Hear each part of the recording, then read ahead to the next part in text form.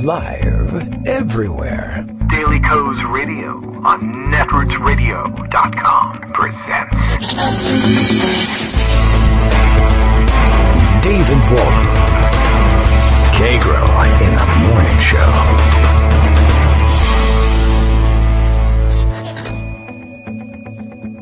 Now, here's David Waldman.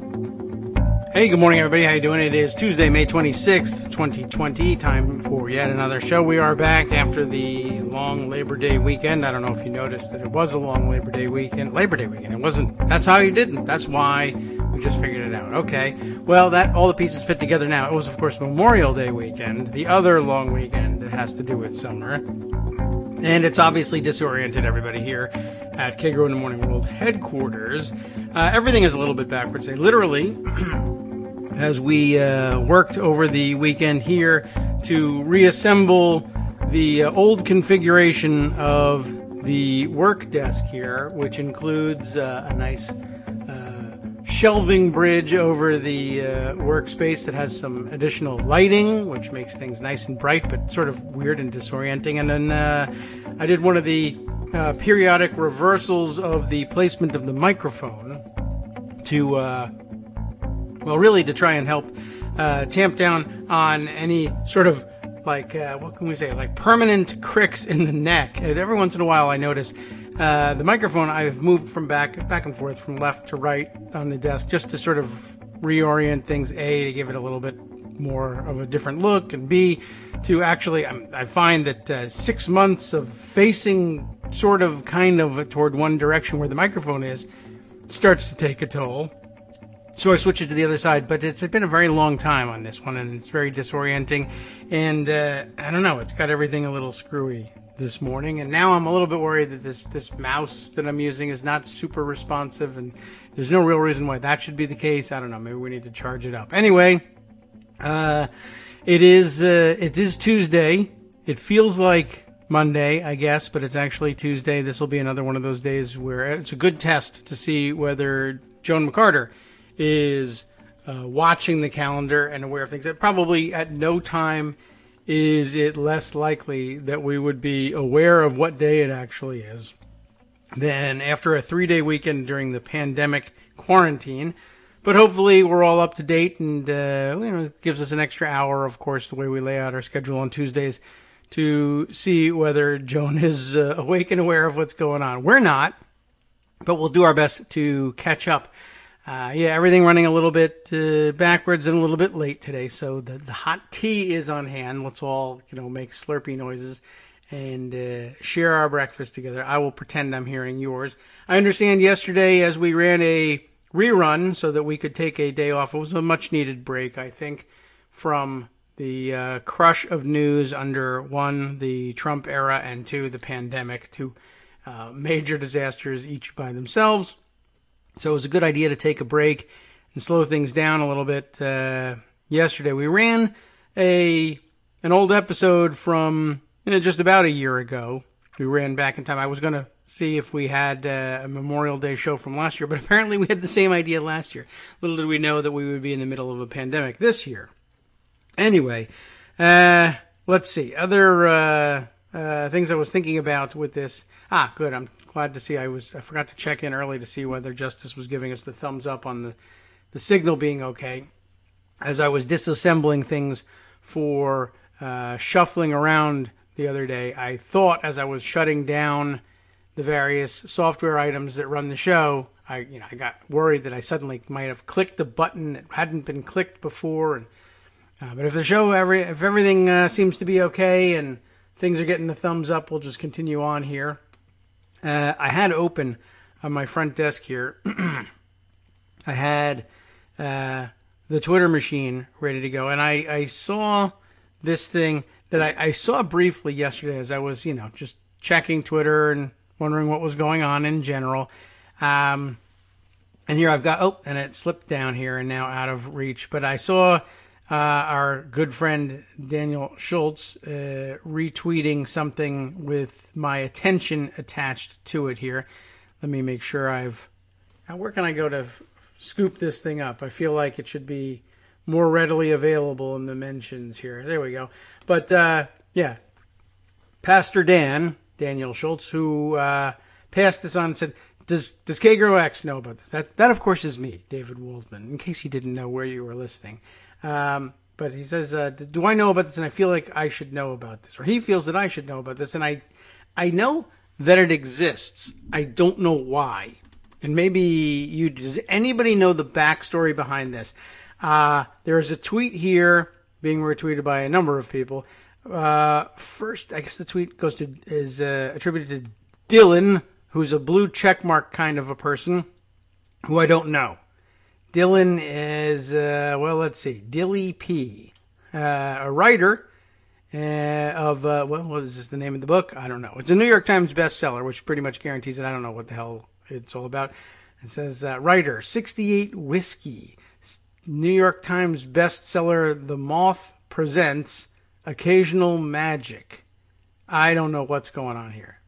And nor do I know what's going on in the pictures that Dylan is sending around, in which it says here, now these MAGA adults are pointing guns at, I don't know. I mean, I guess, once again, we're reminded we're not on FCC rules here. So I'm just quoting. I'm not the kind of person who wakes up at 9 a.m. and says, I want to say this, but I'm saying it now. These MAGA adults are pointing guns at their dicks with the safeties off and their fingers on the trigger to own the libs, I guess. I don't know what's happening here. And then he says, I effing hate it here. Once again, I can just go with the real word here, but I don't know. I think dicks is quite enough for the morning. Don't you? I have tea here. I can't be just cursing like crazy when I'm drinking tea in the morning. That doesn't match. I don't know what's going on. Honestly, I don't. And there are 3 pictures here. And I can't tell if they're I can't tell if this is a trend. Is this like a Tide Pod challenge where everybody's going to be posting this now? I kind of hope so. I mean, figuring that you have to be kind of, on the wrong page, so to speak, in order for this to be an interesting pastime for you. And, but I don't want healthcare costs to rise. You know how it is. We're responsible people.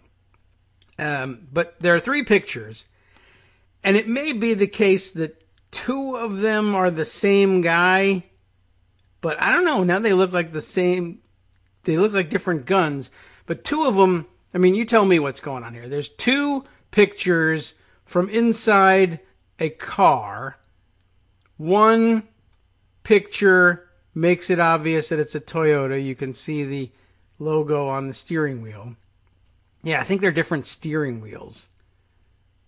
So I think, that one looks like maybe a Honda steering wheel in this one. But anyway, the point really is that they're pointing guns at their dicks.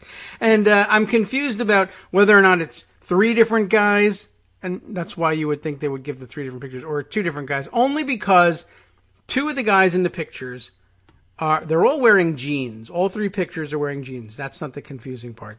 But 2 others are both in the car. Both right-handed shooters, as it happens, both with semi-automatic pistols, as it happens, but they look like different pistols. But both of them appear to be wearing almost like a lime green fluorescent jacket of some kind, along with their jeans, and sitting in the car and pointing semi-automatic weapons at their dicks. And you think, how many of those people could there really be? But you're obviously, we're past, could there be a person like this? Can this be real? You're talking about MAGA people. So I don't really know why they're doing it. I don't know if it's Dylan who's attributing this motive that they're doing this to own the libs. I can make up a guess. I can give you a guess at what they're doing is this could be related to coronavirus in some way. They are all certain that people who are wary of getting the disease and are washing their hands and wearing masks, etc., are afraid. They're living in fear.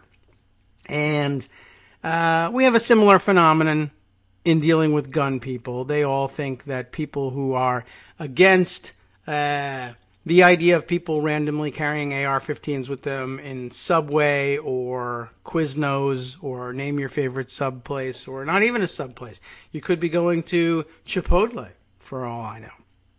and carrying your gun with you. These things are unnecessary. They're dangerous. They're, whatever it is, they're compensating for something, whatever excuses we come up with in our heads for why they're doing it. They think we're living in fear and guns are inanimate objects and why are you so afraid of them, et cetera, et cetera. And the answer is because they kill people. And now I guess I wonder if they're trying to make the statement, I know what I'm doing. I trust myself. Guns really are inanimate objects. I'll prove how in control of this thing I am by pointing it at, you heard it here from Dylan. I'll point it at my dick. I assume that that's what they're doing. I don't know. You can't, I'm assuming the gender. Dylan is assuming the gender. I'll tell you this, there's no visible indication that that's the target, if you know what I mean. And maybe that's their bigger problem. But it's certainly a crotch area. I can tell you that. And I don't know. I mean, I guess they're trying to show that they're not living in fear, which you could do by just living and not bothering with these photographs. But I don't know. I guess in whatever culture it is we're talking about, this is supposed to mean something. We can't see their face. We don't know that they're calm and collected. I don't know. I don't know what to tell you. I'm guessing that's what's going on. And I think I feel owned. But as most people on the thread pointed out, what would really, of course, make us feel owned is if you pulled the trigger, then we'd really be just beside ourselves, I guess. And probably, part of you would be beside you, too, because it would fly right off, I assume. But I don't know. I guess I hope it's a wider trend. It's a better trend than pointing guns at other people, I suppose. If they've got to be pointed somewhere, they might as well be, yeah. All right. And actually, no matter what part of you you point this gun at, it is pointed at a dick, no matter how it happens. I guess that's pretty interesting.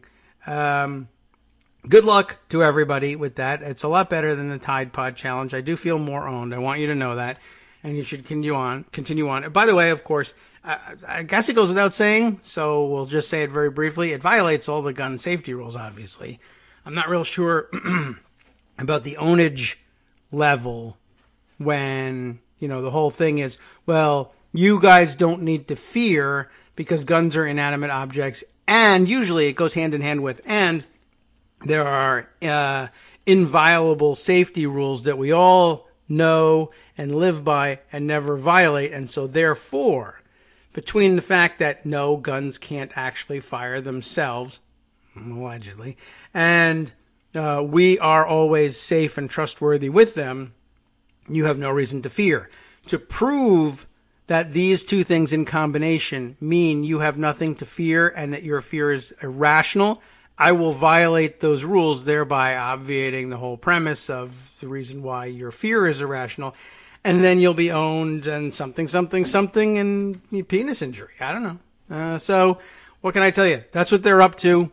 And now the challenge is to make, quote unquote, sense of the rest of the world going forward and to live with these people in civil society and reach compromises together on matters of policy.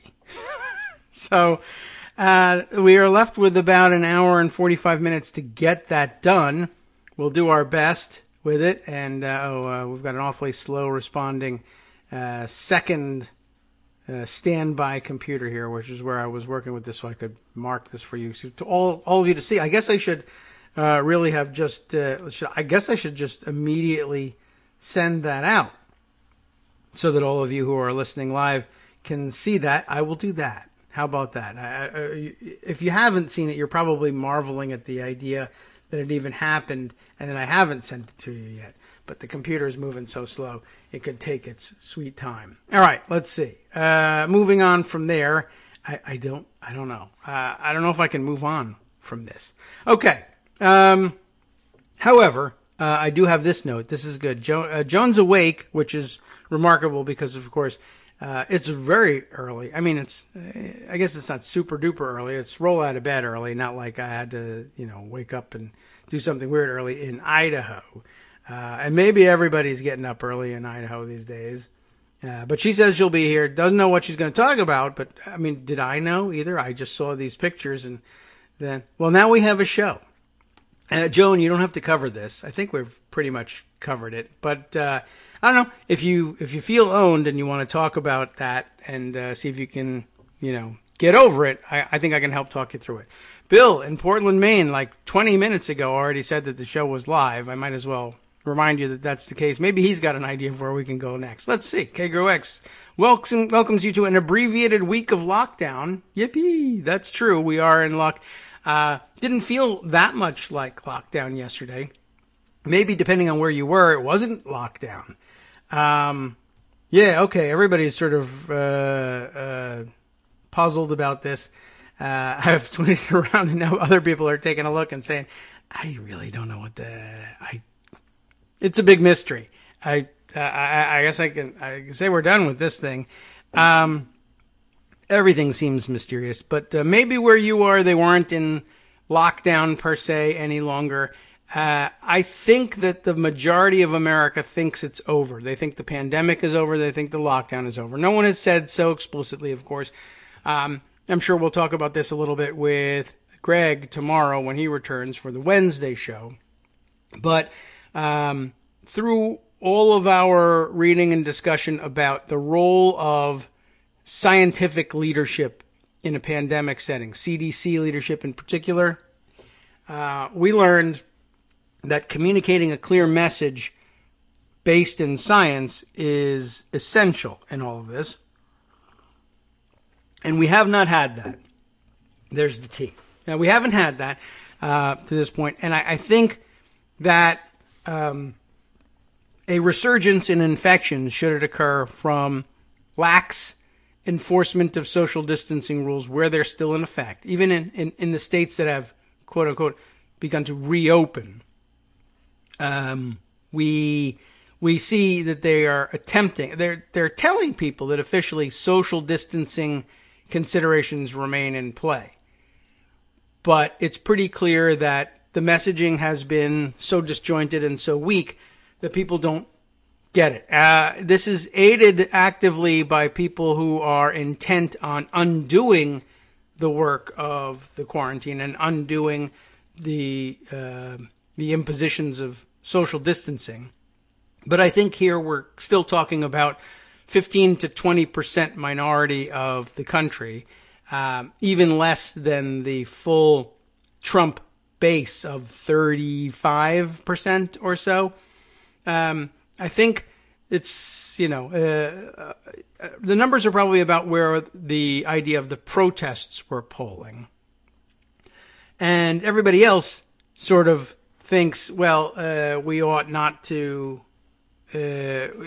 mess around with these instructions we've gotten. They've done a relatively good job in making us feel like there's something for us to do to combat the virus and keeping the hospitals from being so overwhelmed that they became, that they were swamped like Italy's were. I don't think we ever really reached that point. Certainly not across the entire region. New York saw its hospitals slammed more than anywhere else, and of course they were hardest hit by the virus, but I don't think we reached the point where doctors were, flipping coins over ventilators, or at least we didn't hear very much about it. And if we did reach it, we ought to be talking about it.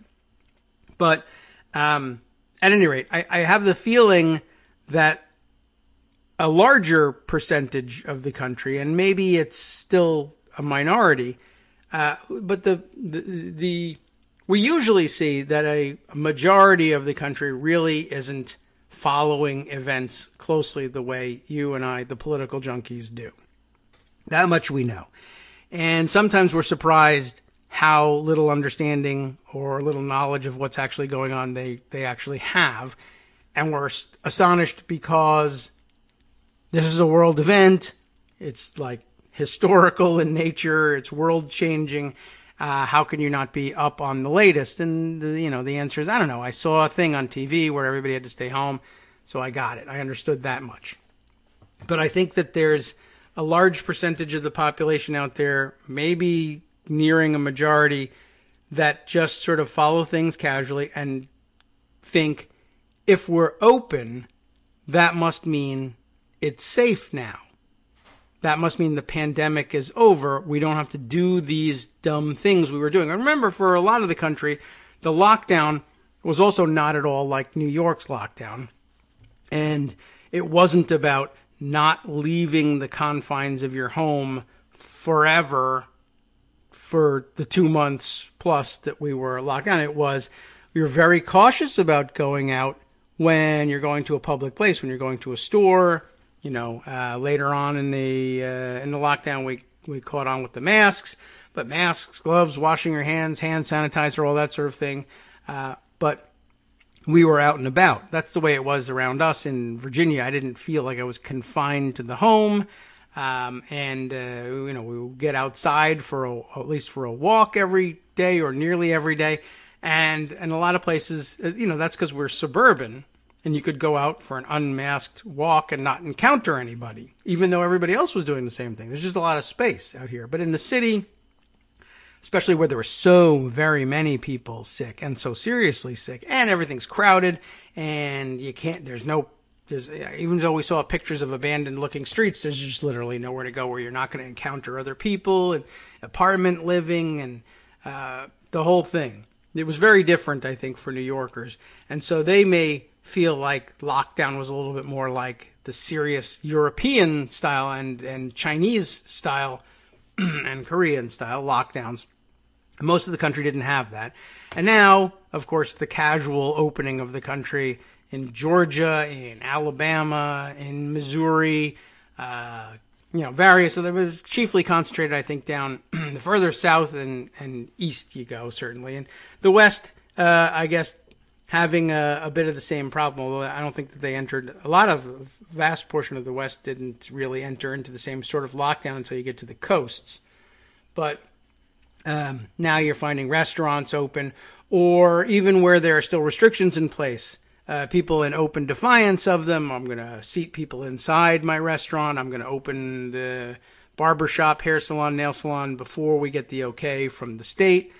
And people are sort of celebrating their willingness to do this stuff. This holiday weekend, we saw all sorts of video from the beaches. By Friday, already, we were seeing packed video of beaches. Saturday was a mess for that sort of thing. Ocean City, Maryland, boardwalk wide open, and maybe a few masks in the video, perhaps 10% of the people masked. We saw a video from Lake of the Ozarks, which is a new thing I learned about because I'm not from the Ozarks, but a big deal, I guess, if you are. And it's in Missouri. A giant pool party going on there. That seemed like a fun super spreader event. And then in the end, the weekend, I saw a video from, the Ace Speedway in North Carolina, where they were having a NASCAR-style race. I say NASCAR style. I don't know what level of competition this is. It looks like sort of a minor league type competition, so it might not have been a full-on NASCAR race, but I don't know. I don't know what they call the minor league series anymore. They used to have we had Sprint Cup. They had it could have been a truck race for all I know. Anyway, the point was grandstands full of people, and I didn't see a single mask there at all. And I assume you would have been heckled, ridiculed for wearing a mask in that crowd. And that brings us to another phenomenon. But anyway, the good news was I scanned the crowd quickly at the car races there. The grandstand was filled, but I didn't see a single other significant comorbidity out there. So clearly the safest, healthiest people in the world, and we won't be experiencing a resurgence anytime soon. Not that you'll know if we ever do, because more reports flooding in from, I would say around the country, but really around that area of the country, of more faking of numbers. I am getting the feeling that Georgia, we will not get a clear picture about what's going on in Georgia, certainly not from the government anytime soon. And we will only be able to figure out what's going on there externally.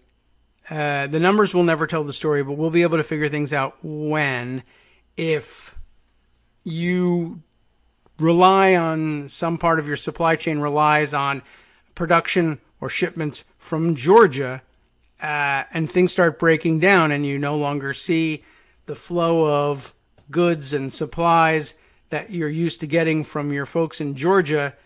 And the only answer is, or I suppose if you call up and ask what's going on there, well, we're behind schedule on our production. We have been experiencing a really weird absenteeism problem. I don't know if they will confess to it or not. But one of the things you can't fake is if everybody's sick or dead and they don't show up for work and work's not getting done, you're not going to be able to ship product. And then people will say, all my problems are stemming from Georgia, Alabama, Missouri, Kentucky, which is supposed to be under lockdown. North Carolina, too. By the way, North Carolina and Kentucky both administered by Democratic governors, but people making a point of not listening to them. Another big event over the weekend in terms of people in the media paying too much attention to a very small group of people. But they had a photo event of a couple of protesters who were ostensibly there for a Second Amendment protest because, as you know, also, I forgot to mention, the Second Amendment was eliminated over the weekend. I don't know if anybody saw that, but I assure you that the protesters, certainly they must have had good reason for being out in these conditions, yes? Apparently someone told them that the Second Amendment had been repealed over the weekend. And so one of the things they decided to do was show up and hang an effigy, and I'm using the term loosely here, an effigy of the Democratic governor of Kentucky. It's Andy Beshear, right? And they had some sort of scarecrow-looking thing on which they had pasted a photo of Beshear's face. It was a flimsy little thing, and they threw a rope over a tree. You know how they do this thing. And so the 7 guys that were there, including 2 photographers, including one photographer in cool camouflage floppy hat, that's a tactical photographer, was there to show everybody that this was a nationwide movement, and because we were all, not busy and having a nice weekend but still checking Twitter, we thought the whole world was aflame because these 7 nuts were outside. Anyway, we'll be right back. Hi, it's me, David Waldman, your host for Kagro in the Morning, and I've learned that I either need to update these announcements more often or stop saying that the announcements are brand new. What's not new is that this message, too, is a call for your support in keeping the Kagro in the Morning show on the air. My thanks go out to all of you who do support the show through your donations. The stats say that Kagro in the Morning fans download our program about 2,000 times each weekday, but our donors make up only about 8% of our daily listeners. Patreon.com, Patreon.com, makes it simple to make easy, secure, recurring monthly contributions to support our show. Patreon.com/KagroX gets you straight to our donation page. If we're helping keep you sane during the Trump era, consider what that's worth. $1 a day? 50 cents? One thin dime? We do about 20 shows a month, so pick a number, do the math, and head to Patreon.com/KagroX to let us know. Thanks again, everyone, for all your support.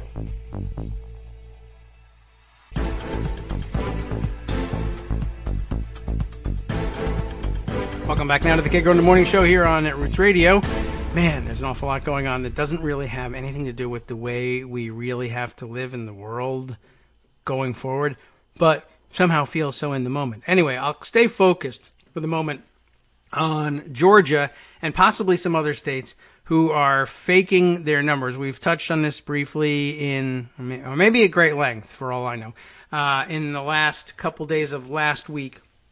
So some new information on exactly what the hell's going on down there in Georgia and how they're monkeying with this thing. And, I saw a couple of people talking about it, and somebody who we haven't heard from in a while has pointed towards, I think, a pretty good summation of what's going on here. Our good friend, our old friend, we haven't heard from in a long time, who we know and love on Twitter and online as Jed, the Jed Report, Jed, who used to be a part of our operations over at Daily Kos, and has since departed and been working on other projects. I think related to his professional love and proficiency in the video arena, but just happened to be commenting on what was going on down in Georgia, noting here, wow, Georgia's playing some sick games with data,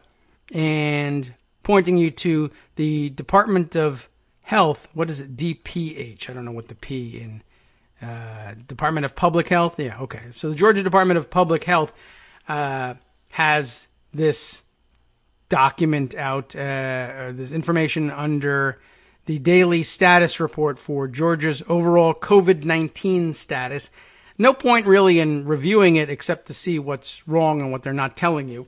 Jed will tell you in summation, though, what's going on here. They have a guide to help you, quote, understand the data, but he says that almost makes it worse because they admit that their numbers are stacked. But it's nice that they're admitting it. I'm glad they do it right in the understand the data section. And they suffer from a problem that Greg noted, so that must have been at least Thursday or earlier last week, noted that the CDC, we had heard at that point, had made this same, I guess, they're claiming mistake. I don't really know. I'm not sure how to attribute it. But the mistake was, the error was that they were including in the total number of tests administered in order to boost the stats for testing. And, we've all come to understand that increasing testing is a necessity if we're ever going to get out from under this thing or reopen any part of the economy. So the larger your testing numbers, ostensibly, the better you're doing in your progress toward that goal. We saw Trump take that concept and run with it like a child would and, say things like, well, we've done the most tests of anyone in the world. And so that evolves into saying we've done the most testing of anyone in the world. And that's supposed to be taken by the press and the listening public to mean we're testing more of our people than any other country. And that leads us to the per capita question. And we didn't touch on this, but last week there was a video clip of circulating of the president sitting at the cabinet room for a press availability, and I don't know who was meeting with him at the time, but they asked him about something, and the per capita measurement idea comes up, and the president expresses the belief that, the mistaken belief that there are many per capitas. I don't know if you saw this one. I'll have to see if we can dig this one up. And ordinarily I would write myself a note at this point to do that, but one of the things I organized on the desk was I organized myself right out of my notes and note paper and pens. I think they're still around here. So hang on while I reach all the way across here and try and pick up some stuff so I can get a note for myself to try and find that video of Trump and the per capita things. But he was essentially complaining that, data is subject to manipulation was the underlying idea. And that he says, for instance, people are always asking me, well, how you doing on XYZ? But then they ask, well, what about per capita? And there are many per capitas. Which one do you mean? In relation to what? But of course, that's a nonsensical follow-up question because per capita is in relation to what? It's in relation to capitas, heads, per capita. I mean, I don't know I don't even know how to explain that to a person who doesn't get it. You have to kind of go back to, 6th grade math or something. I don't know when you learn that. But anyway, he's out there complaining that there's no such real, there's many kinds of per capita. You can manipulate the data to say whatever you want. That's what they're doing in Georgia. That's the idea here. But I guess the idea was that they were testing everybody. And the more testing you do, even if you don't believe in the per capita comparison, the better you are. But of course, if one country is got 320, 330 million people, the other country has 10 million, then the fact that you've done more raw number of tests than the other country, you understand the concept of per capita. You haven't done as much testing, relative to your population per capita as the other guys have. So there was a fight about that for a while. Then there was a fight about whether or not we had finally surpassed South Korea in per capita testing. And we did, which is nice, except, then there was the idea that, we had been told that the testing in South Korea was the gold standard. You remember this discussion because of the per capita rate. And then we surpassed that per capita rate. So now we are the gold standard, even though there are other countries that have done far more per capita testing. And of course, the time element was crucial and we ignored that. All of these things. On Thursday or Friday, maybe Wednesday, we learned that the CDC, though, was lumping in COVID-19 testing, that is the test to see whether you are currently infected with the coronavirus, and lumping those results in with antibody testing your blood to see whether you have had the coronavirus infection at any point in your life, prior. Have you gotten it and gotten over it? I don't know whether can antibody testing, if you give an antibody test to a person who's currently infected and exhibiting symptoms, I suppose they might have some antibodies, but if they had enough, they wouldn't be experiencing these symptoms, I'm guessing, is the outcome here. Anyway, two very different kinds of tests. And I guess somebody somewhere said, well, they're both coronavirus-related tests, so I'll just lump the two together. If we've done 15,000 COVID-19 tests with the swab up the nose, and 5,000 antibody tests on the blood, well, that's 20,000 tests administered. So that's how we're doing in this state. We're doing 20,000 worth as opposed to 15,000 worth, which is less progress.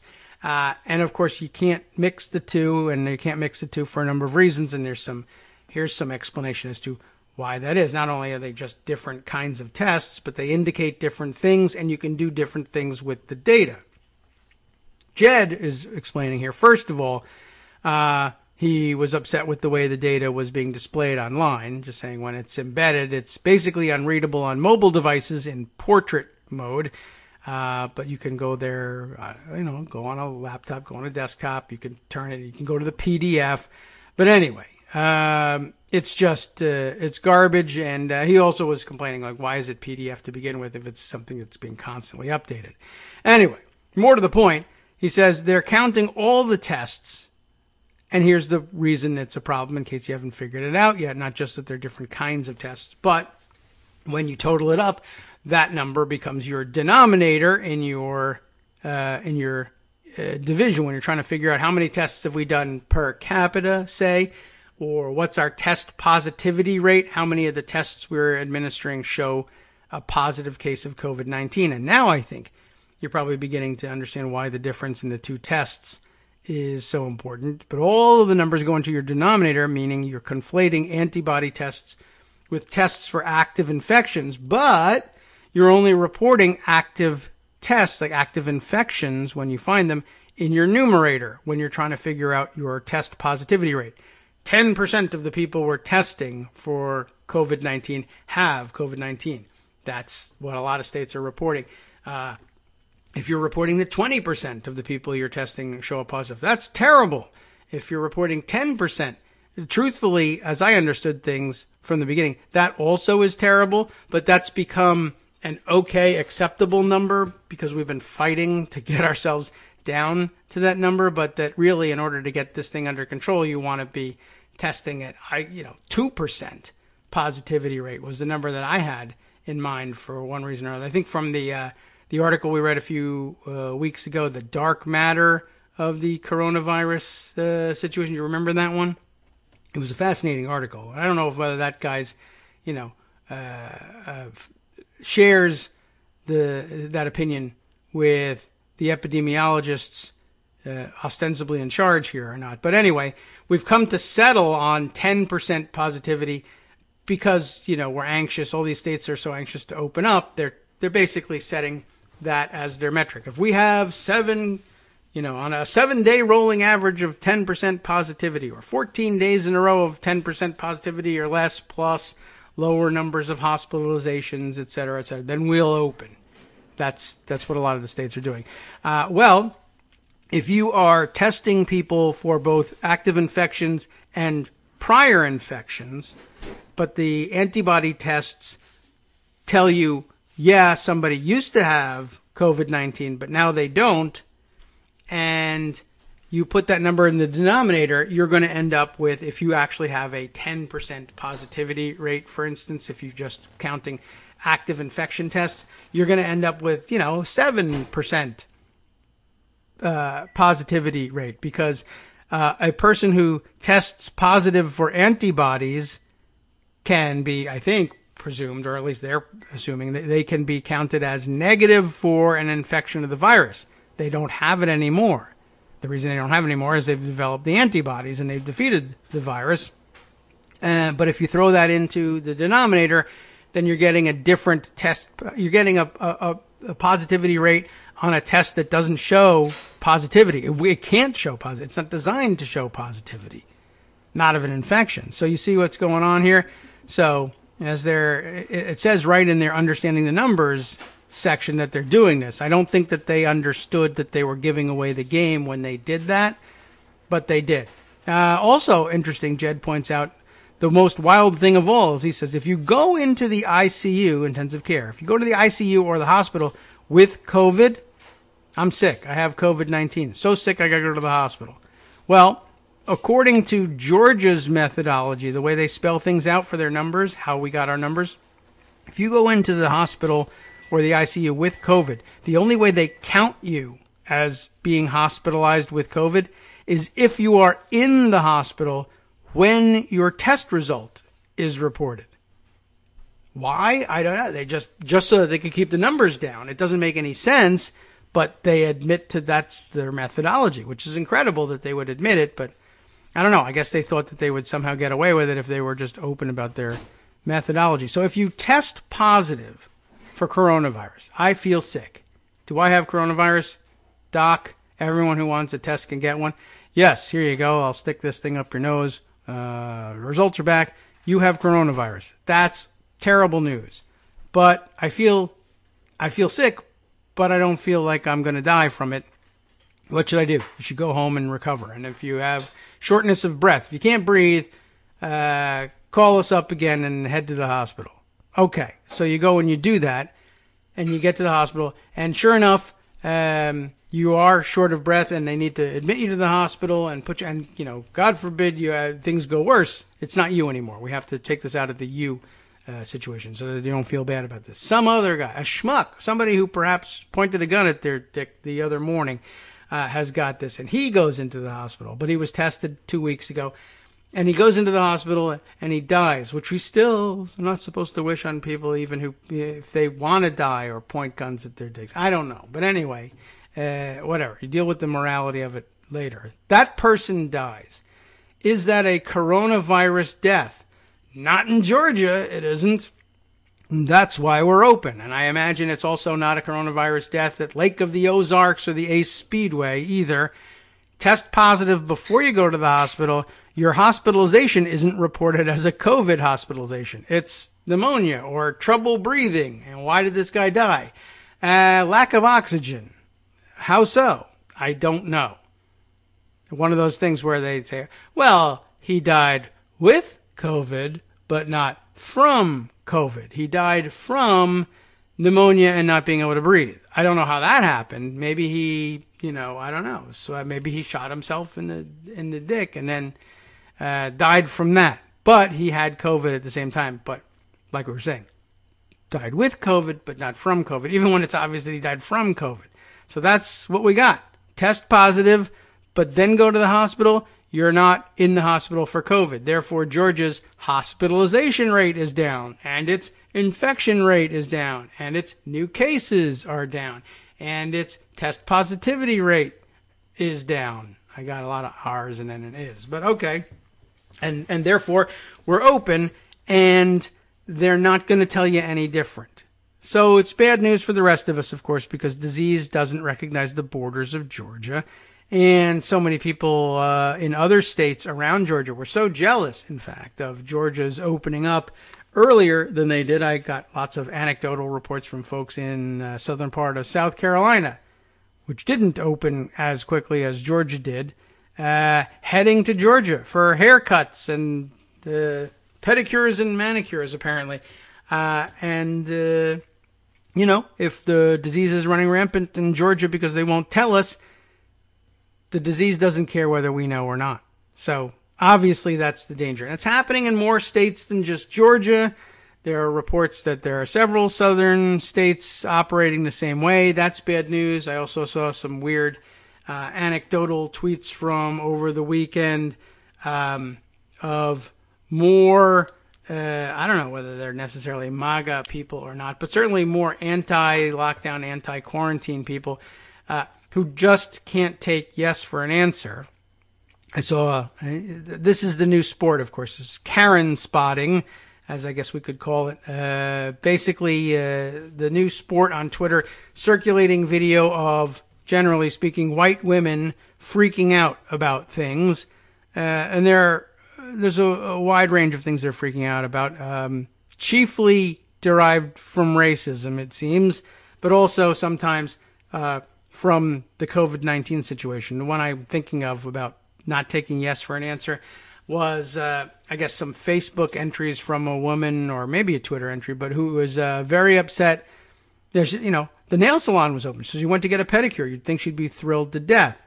But instead, the picture she's circulating, and she's commenting on this picture with a great deal of disappointment. She's insulted and upset that the what do we call the person who I know it's manicurist. Are you a pedicurist? Are you a pedicure technician? I don't know. Maybe they tried to jazz that up a little bit on me. I wouldn't know. But the pedicurist, I really have never heard that as a terminology. But anyway, is wearing, basically, well, for one thing, wearing what was standard equipment, as I understood it, for manicurists, pedicurists, I guess, even before coronavirus, wearing a mask, because a lot of dust involved in manicures and pedicures, apparently, and it only makes sense to wear a mask. But in addition, she was wearing a face shield, which is a great idea generally, and protects the eyes and the whole face, and the more protection, the better. We've heard all about that. She's wearing a face shield, and this person, whose name is not actually Karen, but who's one of the latest Karens, was upset. She was offended and tweeting or posting about how upset she was, showing this picture and saying, like, my feet are infected or something. You're saying I'm the dirty, disgusting one here. And of course, for people like this, well, everyone knows you're the dirty, disgusting one. That's why I'm hiring you to do my toenails, because I'm not such a disgusting person. I would do my own toenails. I need to force you to do it. I don't know. Somehow I think this has been underlying the whole reopen the nail salons and hair salons things. I need people to serve me. And this is essentially tending to bodily functions of one sort or another, and I suppose people just feel weird and taboo about that. So anyway, you can't make me feel dirty. You're the one that's dirty and horrible. This is what was going on, and as people reacted, she began to lock down her account. But she wasn't the most famous Karen of the weekend, of course. The most famous Karen of the weekend is now known by her real name, which I think I actually have on the tip of my tongue here, but why I don't know if I'm super comfortable with that whole story. She did terrible things, but I don't know if I love the outing response to every situation. Anyway, you must have seen this one by now. It's the hottest Karen video on the internet, in which a woman is involved in a disagreement in Central Park. She's masked, by the way. She's out with her dog, and they're in a part of the park where I guess a lot of birders go. And one of the birders was there and asking her to put her dog on a leash, which is required there. The dog was running around free. He said, the sign says the dog's got to be leashed. Could you please put your dog on a leash? The dogs disturb all the birds, and we're here to do birding. Okay. Well, for me, right. Oh, okay, yeah, I should do that. But no, instead it evolved into a confrontation, which ended up getting videotaped. As I understand the backstory now having been posted by somebody, anyway, apparently the initial disagreement, which is not on tape, about put your dog on a leash, is maybe not all that pleasant. At any rate, on videotape, this particular Karen overreacts horribly and says she's going to call the police. But she tells this person, who's apparently a black man, that she intends to call the police and to tell them that there is an African-American male threatening her life and threatening her dog. in the park and the police should come immediately. And she says it in a way that makes it plain that she knows that that poses a very serious physical danger for this man, that police very frequently come and overreact to such reports. And of course, the video shows, evidence is no threat whatsoever. Apparently, the backstory may or may not give her reason to believe that her dog was being threatened, but it doesn't really matter. What got captured was the scaling up of the confrontation. Anyway, as it turns out, now Twitter's detective force, of course, in a couple of hours identified her by name. She takes her mask off so you can see her face at some point. Identify her by name. They find her Facebook page. Find out who her employer is. Her employer has suspended her. She had her dog with her, and she, in the middle of her freak out, she's clearly not paying any attention to the safety of her dog, and she's grabbed her dog by the collar and is dragging it around in ways that is clearly hurting the dog, which I attribute to her losing her friggin' mind on the video, but it's bad for the dog. Very bad. And I guess apparently it was a rescue dog, and the shelter that let her adopt the dog is taking the dog back. I don't know how I feel about that one. I know how people feel about their dogs, but, clearly she wasn't handling the dog well either. So I don't know. I guess I have not sympathy for her, but mixed feelings about the whole idea of how quickly this sort of thing happens. But I will share this.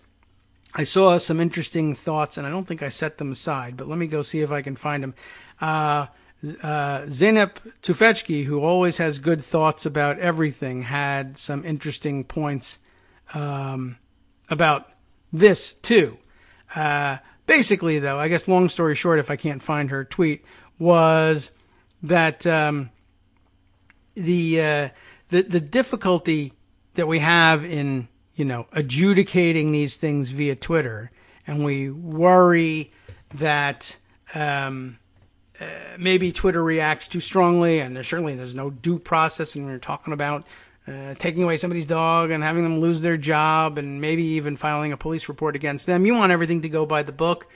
But she made the excellent point, I thought, that the problem is that there isn't any system for properly adjudicating these kinds of disputes, and they go very poorly, chiefly for minorities when they're involved, and sometimes very well for white people when you just leave it to the police. Here's how Zeynep puts it here. People complain about the social media mob, and there are issues, but the core problem here is that even after such videos, people like her aren't ever prosecuted.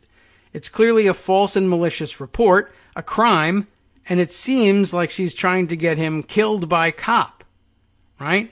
And you see the video, she displays it, and you've likely seen it by now. I don't know if I need to circulate it now.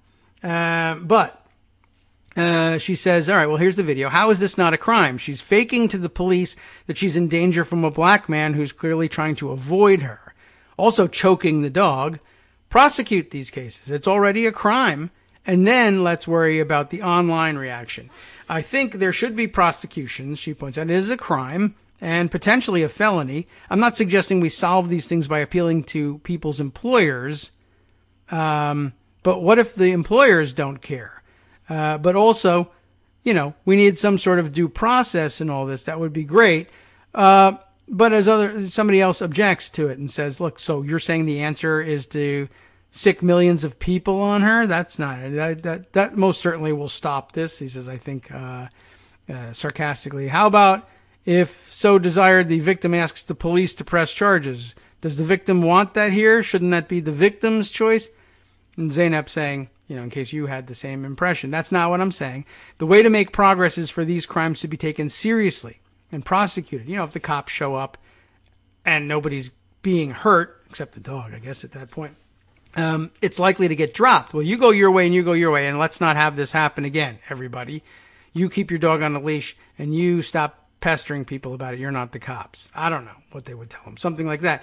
But we get stuck, though, with the online response here is basically the only way that there's anything remotely approaching justice in these cases. As she ends up pointing out in the end of this, what she did, the terminology she ends up using for it is, she says, swatting adjacent. Remember that craze that happened, and I guess still continues to this day, but there was a mini craze of sorts about you would in picking your target for harassing, you would call the police spoofing the cops using a cell phone, and say, I'm at, 123 Main Street, and I'm holding my family hostage, and I'm going to kill them all. Don't come in here, right? And they send the SWAT team, and they kick in the door and arrest the guy, or maybe even possibly end up shooting, and people get hurt, and there's all sorts of problems with it, obviously. But you remember that swatting thing that was going on. This is essentially the same thing, right? Calling the police and saying, I'm being harassed or threatened or menaced or attacked by an African-American male, knowing that the cops could show up with guns drawn and everything escalates. This is swatting adjacent. That's a good point, right? And saying, she goes on to say, I want the people whose job it is to investigate and prosecute these false reports and this swatting type activity, do your job and do it with due process and everything. Anyone bothered by the online reaction should be asking why such acts are never prosecuted. Invoking, of course, the case of Eric Garner, for instance, who was choked to death because he once was selling loose cigarettes and the cops thought he might be doing it again, right? So, yeah, it needs to be taken seriously, and people should be clamoring for that, I suppose. And while, if you think there's any problem with the online mob handling these things, and there are, then what you really should be calling for is, well, why not enter it into the judicial system? Why not have due process? Why can't we get the police and prosecutors to take what's happening here seriously? Because, well, when justice gets taken into people's own hands, you sometimes come away with bad results. To the extent you're complaining about it, I don't know if you are, but anyone you might see complaining about it needs to be reminded of this. It needs to be taken seriously. We'll take some other things seriously after we return from break.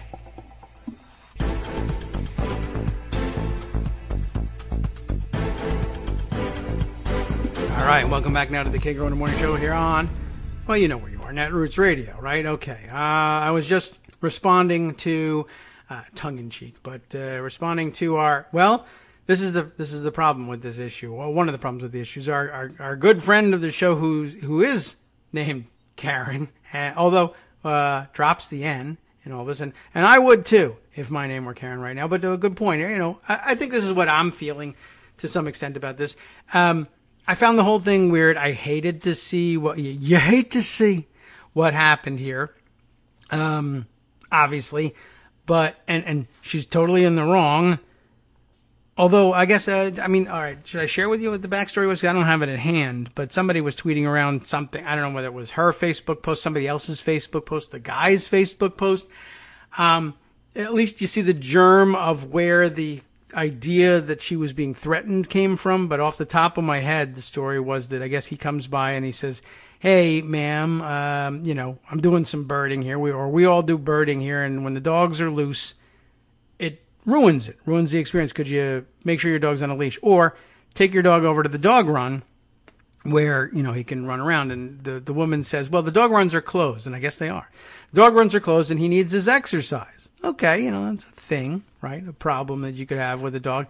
But of course you don't have to solve it here at this particular spot, which apparently is named, right? The Ramble or whatever it is. Anyway, and he suggests, apparently, according to this story, well, you can take your dog over to this place over on the other side of the street or whatever. Well, she says it's too dangerous over there. And maybe it is. Now, I guess where the germ of the confrontation comes up is somebody says that the guy then says, well, look, if you're just going to do whatever you want, then I'm going to do whatever I want. You're not going to like what I do. And the story was, I got to dig this up now. The story was that he calls to the dog, like, come on over, like, here, Precious. He's going to capture Precious here.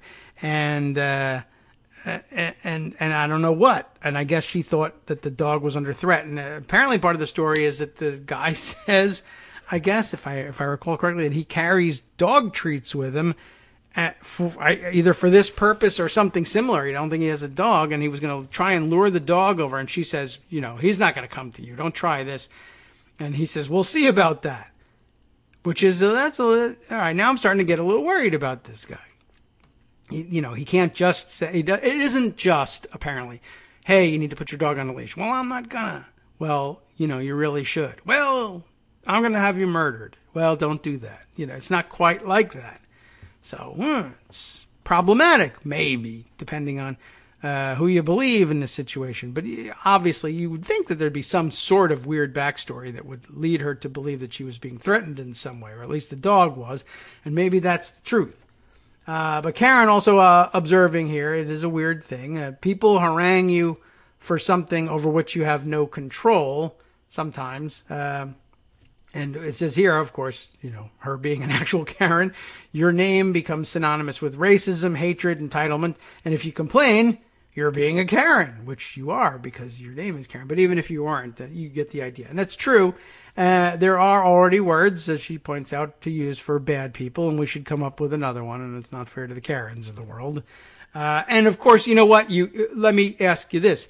How do you think you would get away with it if you thought that circulating your video of an African American woman reacting poorly to something, and you chose, let's say, one of the more unique names that people think of as stereotypically black names, and say, everybody, look at this, if you thought Karens were bad, look at, pick your ethnic sounding name, and then you know what?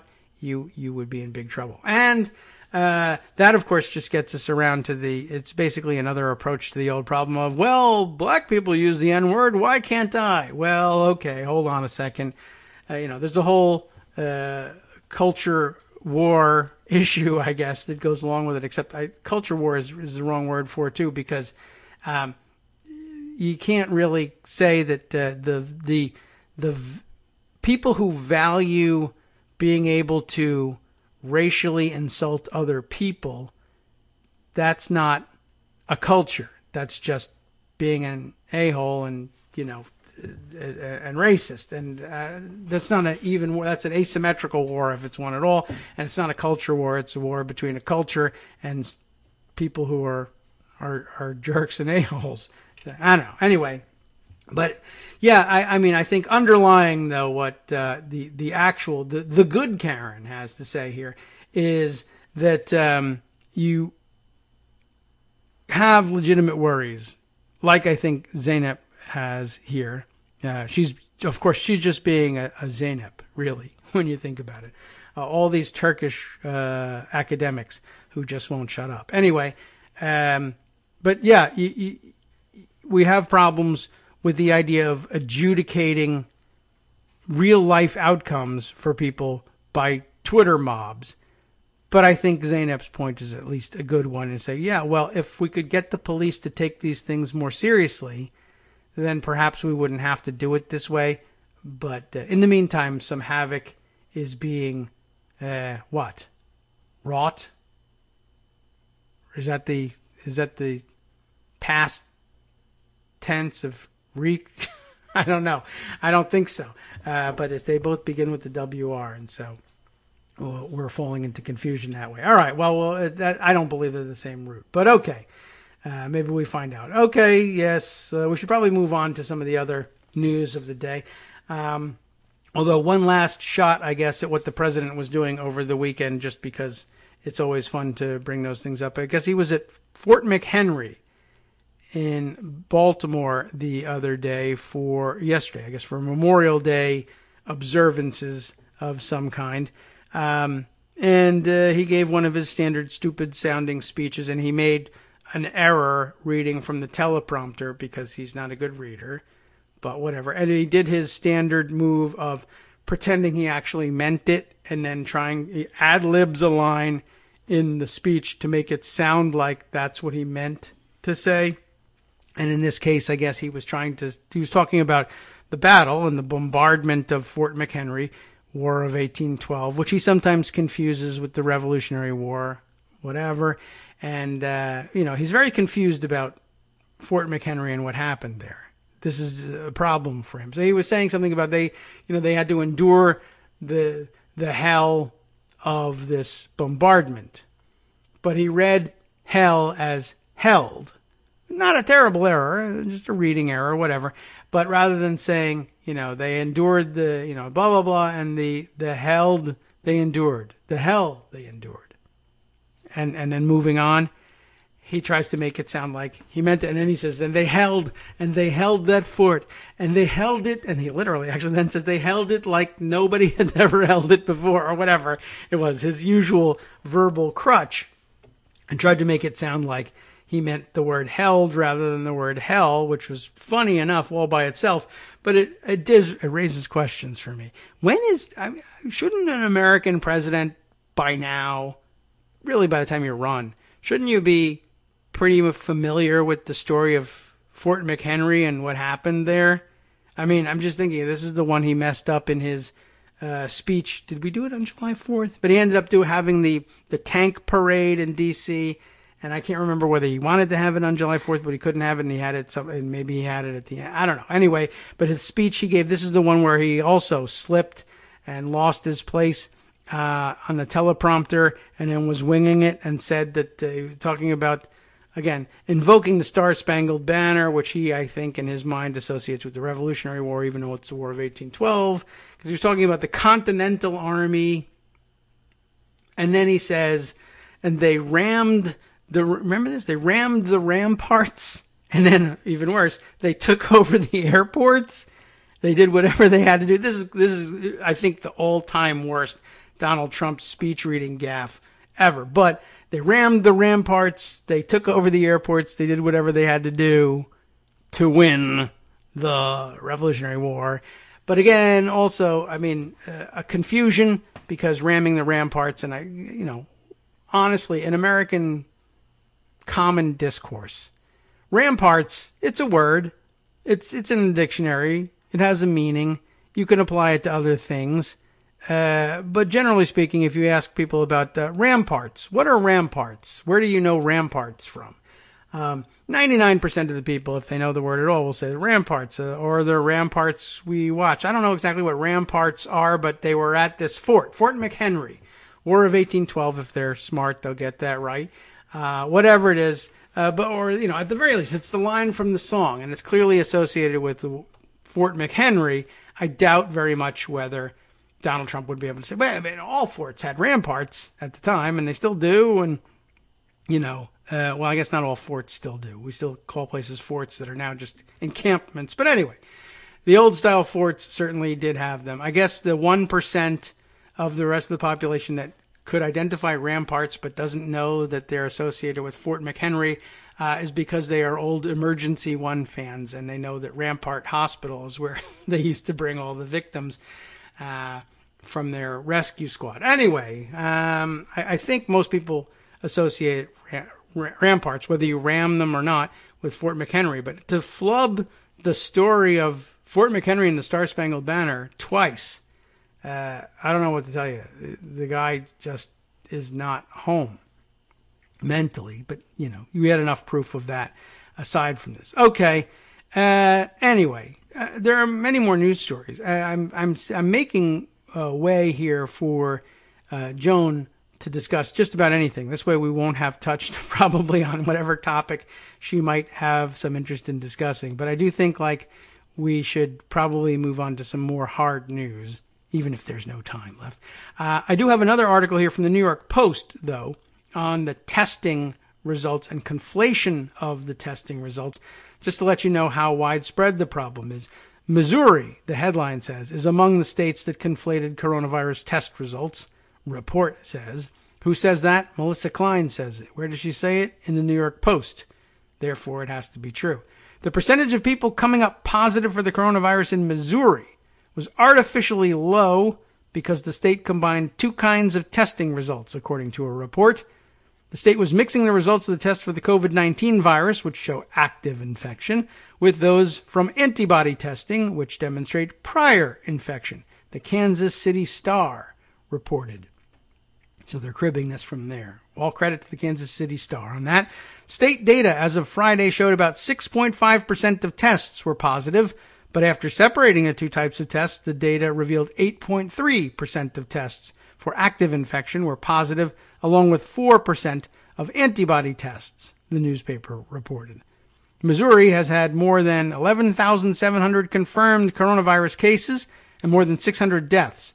At least 7 other states, this is where it becomes important, have also conflated the testing results, and the CDC has been lumping together testing results on one of its coronavirus trackers, the New York Times reported. So now we understand mathematically why this is so problematic, but also in terms of trying to contain the virus. And there's just, as we also mentioned, there's just different things you can do with your testing. Testing was important originally. We heard testing, and again, we missed the nuance, right? The reporters didn't bother to tell us about why, or enough about why testing was important for the majority of us to carry that away and be able to unravel this mystery on our own.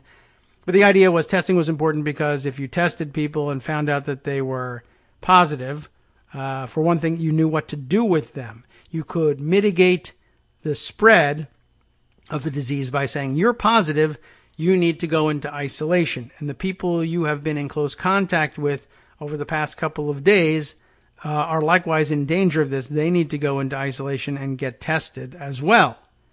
And if we can isolate you and isolate all the people you've come in contact with over the past X number of days, then potentially we can avoid further spread of your line of the disease. Whereas, if you tested somebody for antibodies and you found them to be positive for antibodies, there are no instructions that you could give that person that will likely help mitigate the disease. It's run its course, and probably over several weeks. And so even contact tracking and tracing isn't going to help very much either. Who have you encountered in the past 4 to 6 weeks? I don't know. Right. So there's just not much that can be done with it. So the value for mitigation of the antibody tests isn't particularly helpful, unless you then extract it to, well, if you have the antibodies, maybe we can take some of your blood and we can use that in helping others who are ill in the hospital, critically ill, perhaps recover using your antibodies. That's something different. But yeah, so different kinds of tests, and two things can go wrong. One, you can conflate the two and put them both in the denominator and report lower infection rates. Or two, you can think that you're making more progress on mitigation than you really are. Let's see. Who are the other 7 states that are called out in here? Let's see if we can follow that link. To another New York Post article. Several states may have provided misleading coronavirus test numbers. Will they name them? Oh, good. Mine. At least 7 states have botched their coronavirus testing tallies, potentially providing a distorted picture of how COVID-19 is spread. Virginia, yay. Texas, luckily very few people in Texas. Georgia and Vermont, where there really are very few people, have been combining the results of 2 types of COVID-19 tests, swabs for the disease itself and antibody blood tests, in their total tallies. A serious concern as the nation begins to reopen. CNN reported Thursday. In a separate report this week, The Atlantic reported that Florida, Maine, and Pennsylvania had also been conflating the two because of testing guidelines from the CDC. Nose swab or saliva samples help determine if a patient currently has coronavirus. Antibody tests, look for biological signals the person has been exposed to the bug in the past. Combining the two could paint an inaccurate picture of where and when the virus has spread in each state and overstate the extent of their testing, experts said. We know why that's bad. I don't think we have to go too far into that, but there's your answer. The 7 states at that point thus far identified as having made the same mistake. We now have Missouri, Virginia, Texas, Georgia, Vermont, Florida, Maine, Pennsylvania. 8 states that have had this problem. Speaking of counting states, that leads me to the next story tucked away here from the Huffington Post. Now, of course, the Huff Post. I always forget that when I say it out loud. Here's an interesting take on things. Dave Jameson reporting this. What's going on with the meat processing plants? Well, a North Carolina, this is interesting. This has got 2 stories in one here. The Tyson chicken plant have reopened. And along the way in this story, you find out that apparently something on the order of there are 7,000 plus Tyson employees. Not necessarily at this one plant in North Carolina, but I don't know where else their plants are. But 7,000 Tyson employees across the enterprise are COVID positive, have got the disease right now, which is incredible because as I was looking over the Worldometer figures, there are, depending on how many more, they said 7,000 or more employees have got it. Basically, there are 15 states in the United States that actually, entire state, has fewer coronavirus infections in them than Tyson's chicken employees have got. That is pretty remarkable all by itself. 7,000. It's a huge number. Lucky for those other states to have less, but that's really amazing. You know, if Tyson Food by itself was a state, they'd have, you know, they wouldn't even be down at the bottom of there's 15 states that have fewer infections than they do. And that's not even the most amazing aspect of this story. Or, you know, maybe it is. But the other interesting aspect is in the headline here. Check this story out, right? Oh, we got to reopen. We demand haircuts. Freedom, USA, right? Whatever. Here's the story's headline. A North Carolina salon reopened. Great, right? Not really.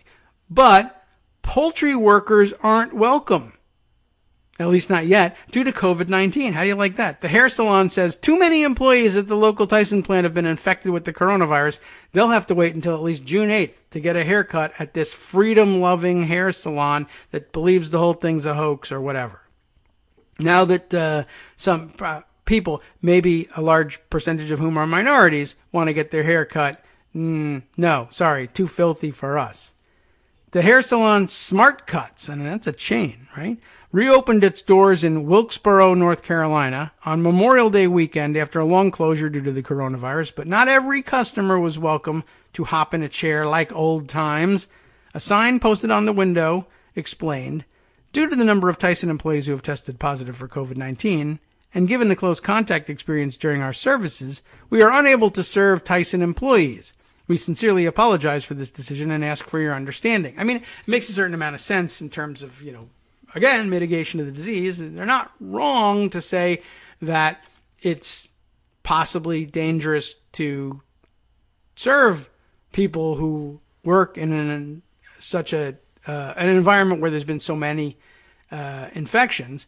But it's interesting. One, Tyson's failure to be able to protect anybody. It's just not going to work, I guess, no matter what they try to do there. And two, all the protests about it. It's a freedom itself, the right to be able to go and get a haircut, even if there is a virus circulating. And I don't know that the people from Smart Cuts were necessarily among those out there saying it's just like the flu, or you might not even get sick, or kids are immune, or whatever other stupid excuses are out there, or that the whole thing is a hoax, or whatever.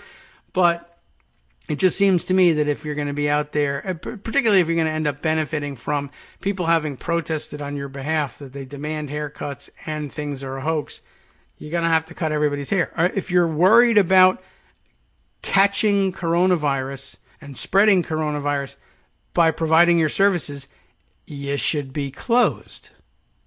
I don't know if I am in love with the idea of, well, you can reopen, but you can just pick out wholesale, like, you know, these people are too infected for me.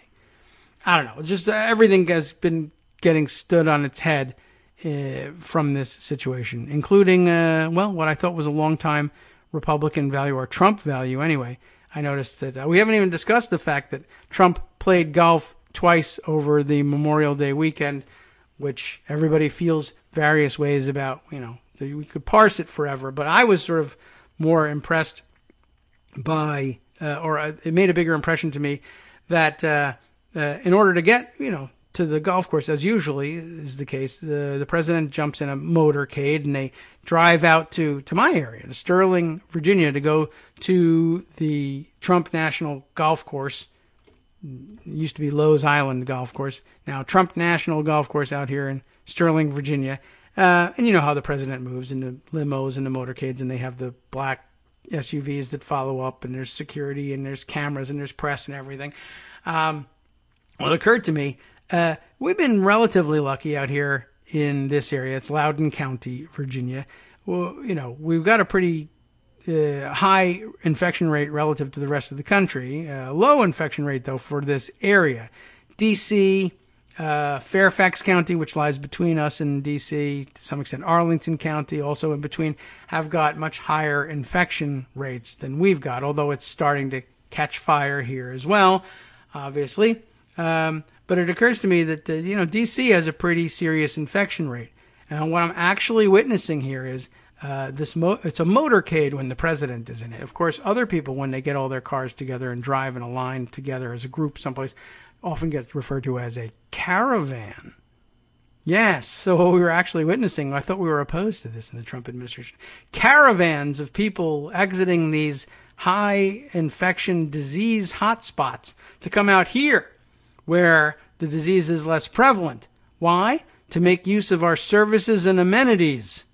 And I thought we were opposed to caravans of people moving across borders for things like this. So we should build a wall until we can figure out what the hell's going on there in D.C. Anyway, that's where we now stand. So lots of things, like we said, getting turned on their head. Freedom to get haircuts, except if you work at Tyson's Chicken. So, by the way, the local numbers on that one there, the local Tyson poultry processing plant near this Smart Cuts in Wilkesboro, North Carolina, it's one of the largest employers in the area, so they cut that out of their pool of potential clients. Like other poultry, beef, and pork facilities around the country, it's become a hotbed for the coronavirus, with 570 workers recently testing positive out of around 2,200 at that particular plant. It's interesting.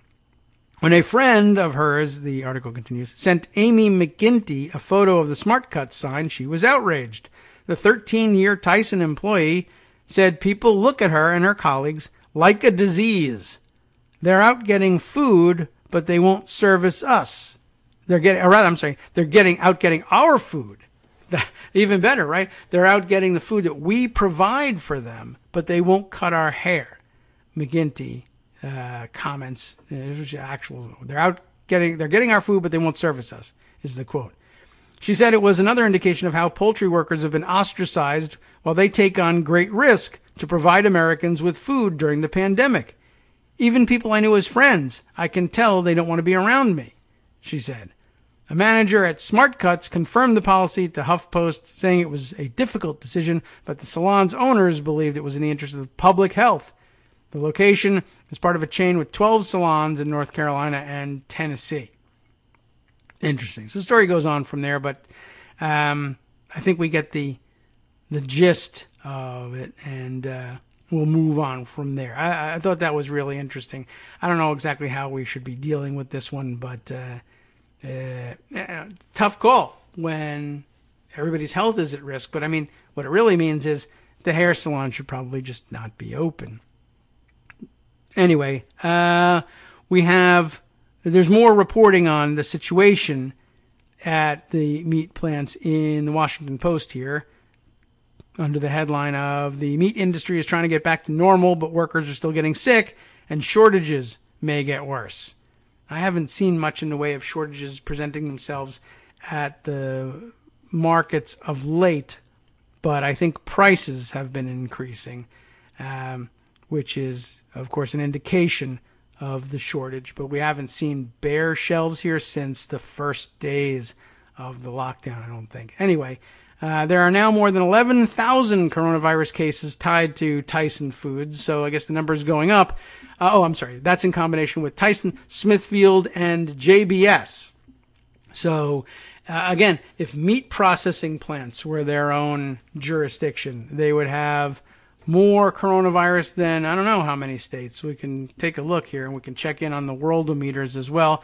Worldometers had not reflected our 100,000th case as of yesterday, but perhaps by now we've rolled past that, and or our 100,000th death. But we did roll past the number, the 1.7 million infections in the United States. No, still not. So weekend lag in reporting all this. But let's just check in on the number of cases, if we can, quickly before the break happens, in terms of how many states are less than 11,000. There are several. I'm going to have to give you the answer after this. Plus, we'll get to talk to Joan. Hi, everybody. It's me, David. Let's change things up from the old fundraising pitch for just a minute and talk instead about how you can be a part of our show. If you've got a smartphone or any other electronic recording device, why not sit down and record a segment for us? Read us an important article and give us your take. Read one of your own original essays, or even just give us your commentary on something you'd like to share that's important to you. Then send the file to me at kagrox@gmail.com, and I'll try and work it into the show. Short segments, a few minutes in length, are easiest to fit in. And of course, I can't always guarantee that I'll be able to play everything, but if you've ever shouted at your radio or TV about something you wish was being covered, here's your chance to change that. Make the show your own. Send your submissions to me at kagrox@gmail.com.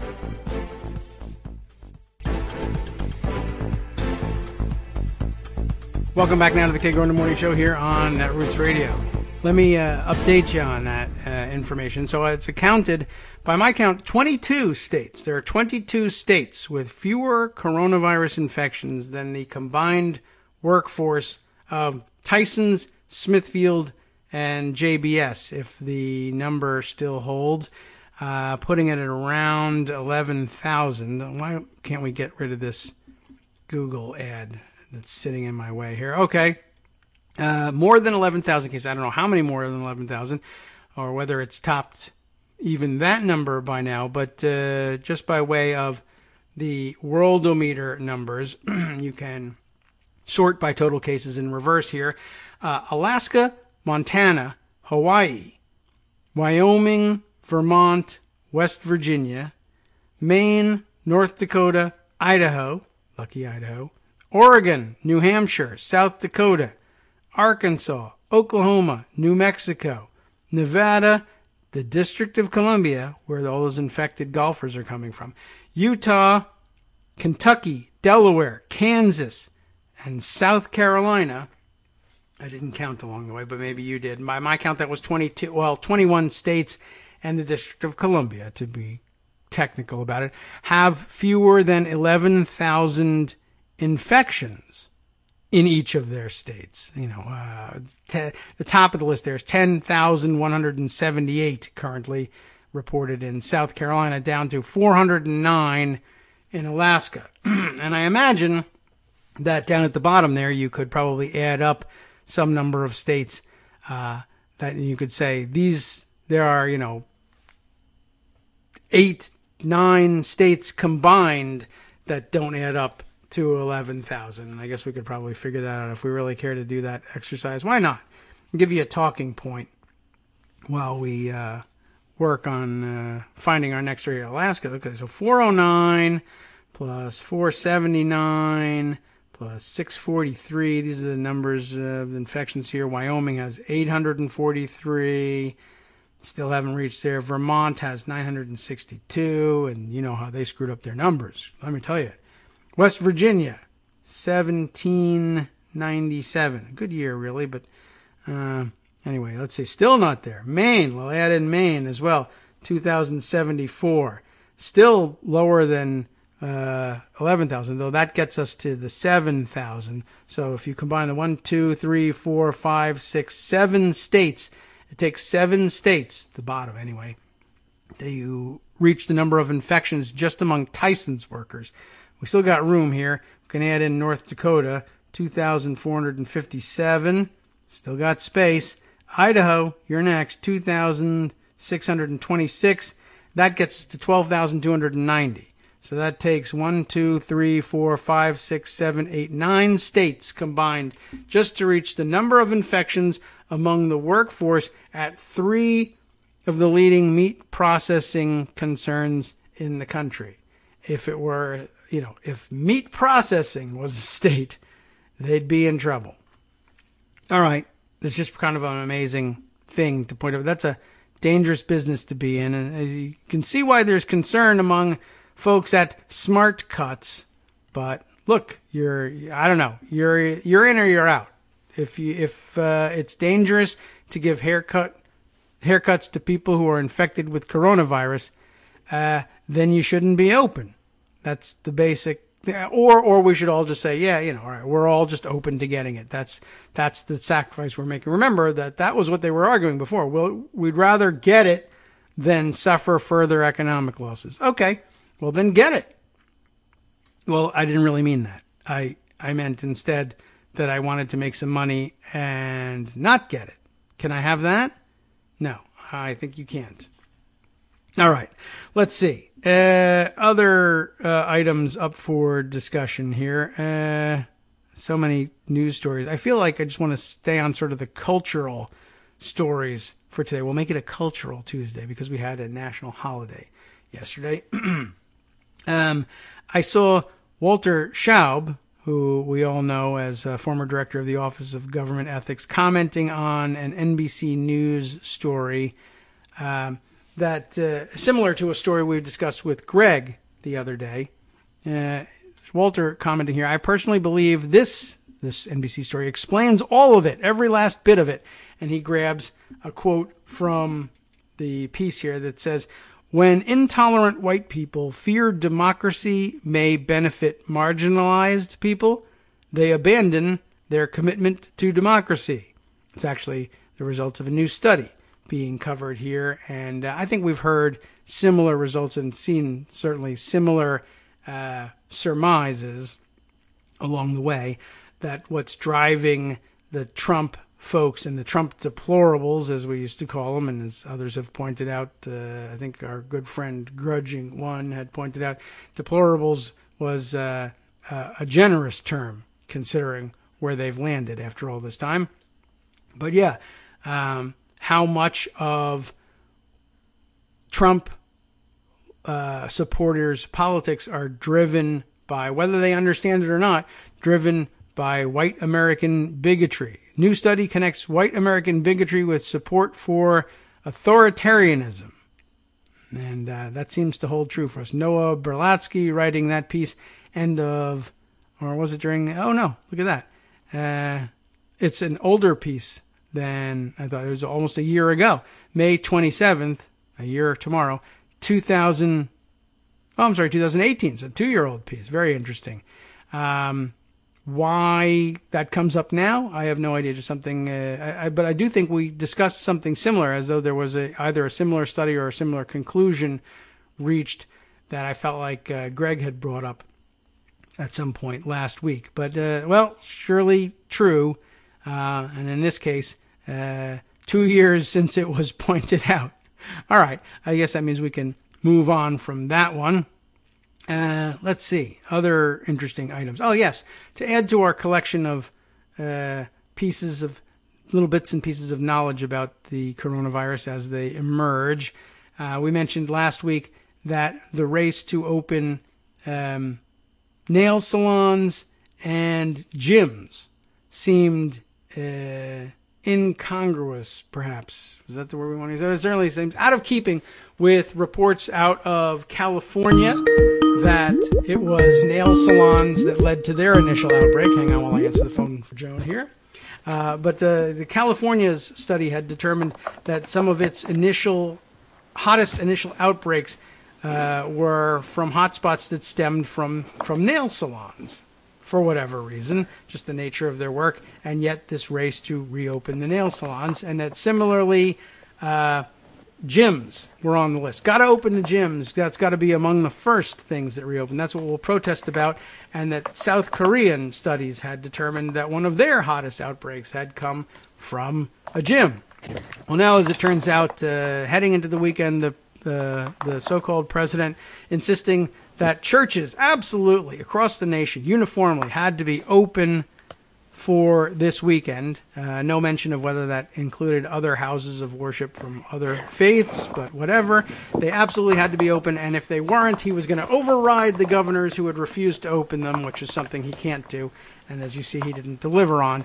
Anyway, file that alongside this study from Germany, which indicates that its largest outbreaks, and some of the other largest outbreaks in France and another large one in South Korea, and hey, right here in America, in rural Arkansas, guess what? All from church attendance. So it's like somebody picked out the worst hot spots that we could possibly reopen, handed the list to the deplorables, and they said, great, that's what we want to open first. And apparently NASCAR along with them. Good morning, Joan. How are you today? Have you heard all this news? I am fine today. How are you? Terrific. I'm okay. It was nice to have a day off. We took another day away from the show yesterday, but just trying to catch up, and it's been interesting. We haven't even really spent that much time on news so much as I guess everybody used the long weekend on social media to engage in or observe engagement in culture wars of various types instead. So that was kind of a fun thing to do. Guns that pointed at crotches and Karens in Central Park and everybody flocking to all of the places for Memorial Day. It's really been without their incredible. masks. Yeah, it's amazing. I ran into my first group of people at a store who had masks visible dangling from their pockets, but not wearing them, which I thought was interesting. It doesn't work that way. No, it definitely doesn't block anything if you have it in your pocket. Although, with so many crotches under threat these days, who knows what they're thinking. But it was weird. It was a family unit. It appeared of three of the members anyway. Two with the masks in their pocket and one with mask on, which I thought was interesting. That the family didn't all go one direction or the other. But although I've also been hearing reports of people getting to the stores, and they've seen the videos now of people being either asked to leave or blocked from entering stores without masks. So I understand that the practice now is you bring a mask with you, and at the door, you have a mask on. They let you in. And once you get in, they take the mask off and put it in their pocket. So we can all be trusted to mitigate this disease. It's going to go away like tomorrow. Oh, Lord. Oh, well. How are things for you? What's mask compliance like out there? Outside of meatpacking plants, yes. Idaho, and food processing in general, it hasn't just been meatpacking here in Idaho. Our infection rate isn't terrible, and I think that they're reporting it like you're all right. adequately. I think, except for nursing homes, which I just wrote about, in fact. Oh yeah, okay. Well, we can. Give that some the nursing home industry, sure. which is very, very wealthy and very politically active, has been lobbying to make sure that they have no legal liability whatsoever. That is an amazing thing. It is an amazing thing. They account for something like 40% of deaths that we're aware of. Yeah. And because reporting as you were talking about, brought up by Jed before in Georgia, reporting is just crap from a lot of states anyway. Yeah, it's really awful. Nursing homes in particular have been able to shield a lot of information coming out of them. So as far as we know, it's 40% of deaths from nursing homes. And very little regulation in the first place in some states. And a lot of states, more than 20 states, in fact, have enacted new regulations in the past 10 weeks to further shield them from legal liability for the neglect that might be occurring in the facilities. That's and what's also difficult, what's also problematic is, of course, family members are barred from visiting in them. Yeah. Right now. And for good reason, but... So there isn't that. Anybody who's had a family member in a nursing home understands how important it is that you be there Yeah. to advocate for your loved one and to make sure that the rules are being followed, that they're being actually cared for. And that's not happening now. Yeah. I mean, it used to be such a national outrage. From time to time, you always hear about one place or another that would be discovered as, either inadequately servicing their residents or, in fact, outright endangering them, defrauding them, endangering their health, all sorts of things. And what's particularly frustrating is I've had a lot of family members who've ended up, because we have a very strong longevity gene in our family. Oh, well, that's good. We live to be really, really old and unfortunately a lot of times not very healthy. Oh. So I've seen a lot of nursing homes and a lot of staff that is very caring and a lot of staff that's just there because they couldn't really get any other job. And it's that kind of industry, unfortunately, where you don't necessarily get the most top-notch professionals because they don't have to pay them. So all of these huge nursing home companies, there are many that own, the bulk of the nursing homes across the nation. There are a handful of corporations are making a lot in profit, and they're not spending it on either getting top-notch staff that is well paid or, on resident care. Yeah. And they have the same problems all of the other healthcare facilities have had in getting the necessary PPE for their staff. Oh, yes, right. So you have nursing homes that are already understaffed and then have staff getting sick too and unable to come to work. Yeah. Compounding the problems with staffing. It's a mess. And these owners don't want to have any liability for it. And at the federal level, so far, Republicans are agreeing with them. We'll see if Nancy Pelosi will decide to draw a red line over legal liability for coronavirus deaths. Yeah. That Mitch McConnell and Kevin McCarthy are pushing for. As of last week, she was saying, well, no, I don't necessarily see that as a red line. It needs to be. It needs to be. Yeah, you and I are big fans of retroactive immunity for various sectors. Yes. Okay. It does seem like we get caught up in this every so often. It's the damnedest thing that the party of personal responsibility loves absolving industries of responsibility. But of course, corporations are people. We learned about that Corporations too. Are people, yes. Yeah, it's amazing what they get themselves into, and I've always found their things, whether they cloak them as tort reform or immunity for various industries from liability. I always found it interesting that they, like, the last part of the system that we've got, that regular American people can participate in making decisions as a member of a jury. They love taking that away too, and putting caps on liability, etc. It's amazing. Regulation doesn't work in the United States. We do not have a robust regulatory system, never have, and it's largely because of the strength of the Republican Party. But it's just doesn't seem to be a national feature, something that we demand as a people. So what we've ended up with is where you can get justice, where you can have any kind of temper on business behavior is in the courts. Yeah. And they don't want to have that either. No. They want big business to be able to get away with just about anything. And, if they get this, you're going to be... The meatpacking plants are already really, really horrible, but it's going to be, what Upton Sinclair was writing about in The Jungle. It's right. We're back there again. We're back in the early 1900s again. Right. They're already, several activists who they already have the signs available for us. Do you want to borrow our "I can't believe I'm protesting this again" signs? Right. Yeah, right. So I didn't think it was going to be for the meatpacking industry. That's 100 years in the past now. But all right.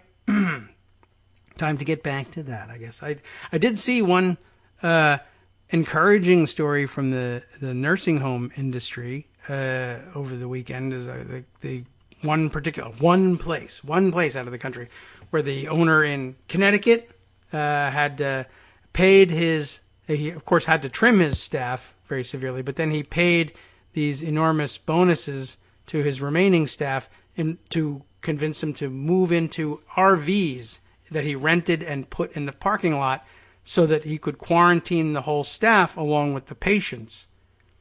And, to convince people not to go home to their families after their shift for 2 months is incredible. But apparently, significant amount of money, and the guy was paying it out of his personal savings. So, I mean, that is a good story. That is a good story. It's nice to hear. One like that. A horrible story I had to start out with. Yeah, today. But that's the more prevalent story. Yours, unfortunately, it is the more prevalent story because I got one guy. The one guy versus the big chains of nursing homes. Yeah. Yeah. So, but this guy's paying serious money, I guess, to his nurses and nursing assistants. I think that the figures they were throwing out on an annualized basis, I think the registered nurses working there were making $240,000 with their monthly bonuses. So and by the way, that's, I've seen the work that they have to do. That's what they should be getting paid. Right. I don't begrudge them that at all. Healthcare professionals, nurses, teachers. They should be We've getting learned the big their money. worth. Yes. And not that it's going to make a damn bit of difference with Republicans. Right.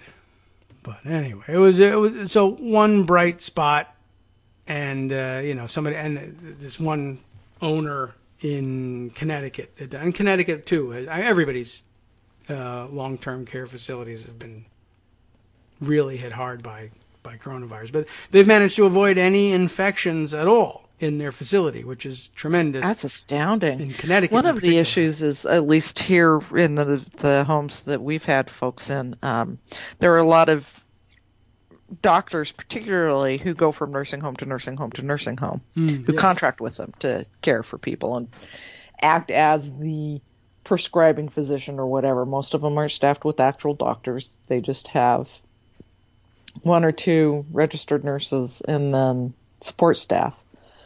So they'll have a physician who is responsible for who knows how many nursing homes, goes, reads over records, is the prescribing physician, and isn't really necessarily seeing patients, but is going from nursing home to nursing home to nursing home, acting as a vector, if you will. Yeah, I guess that can happen that way. So they really have to clamp down on all of this, and so one good thing. So if you're in Connecticut and you want Shady Oaks Assisted Living, congratulations.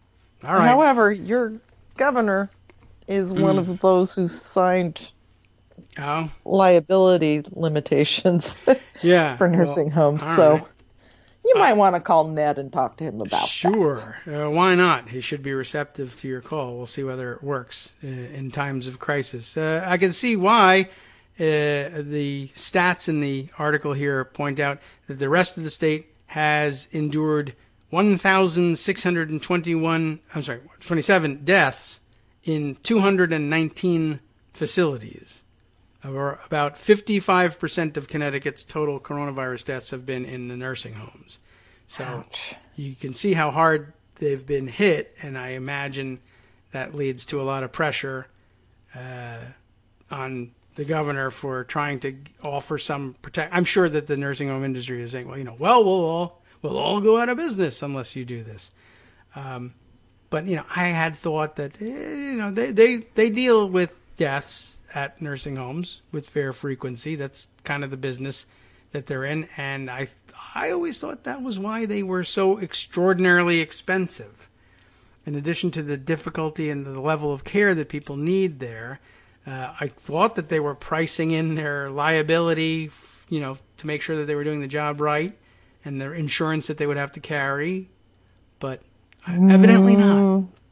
In some cases. They've also succeeded during the Obama administration. They had put, toward the end of the Obama administration, they'd put in new rules to limit the ability of nursing homes to require incoming residents sign basically forced arbitration agreements. Oh, yeah. That they won't sue, that the only recourse they'll have is arbitration. That, of course, has gone under the Trump administration. Yes. So that level of protection's also gone now. All right. Well, it's certainly is a hazardous business for everybody on all sides in this job. Looking for care for relatives will drive you crazy, and what the industry will do to protect itself at the expense of, well, everybody that's supposedly paying them to keep them in business, all likewise in trouble. All right. What it really argues for is healthcare reform. Hey. Nationally, systemically, that includes long-term care. Yeah, we need so many more options. Hmm. Like being able to keep people in their homes and having home-based care, which would really help with the infection rate at a time like this, but also it would save money in the long run. Yeah, I think so. You would imagine that's the case. I'm thinking about how it would be in COVID days with people being visited by home care aides who visit more than one home. I guess you'd have to. That would be a problem. That. Yeah, that would be a big problem. Everybody's have got to a deal particular with. problem, but okay. Well, I don't know. It's that's the biggest one, and that's been the biggest. I think just the biggest numbers everywhere in most states outside of New York, New Jersey. And Connecticut is 55% of their numbers, but still, I think it's even higher in some of these other states.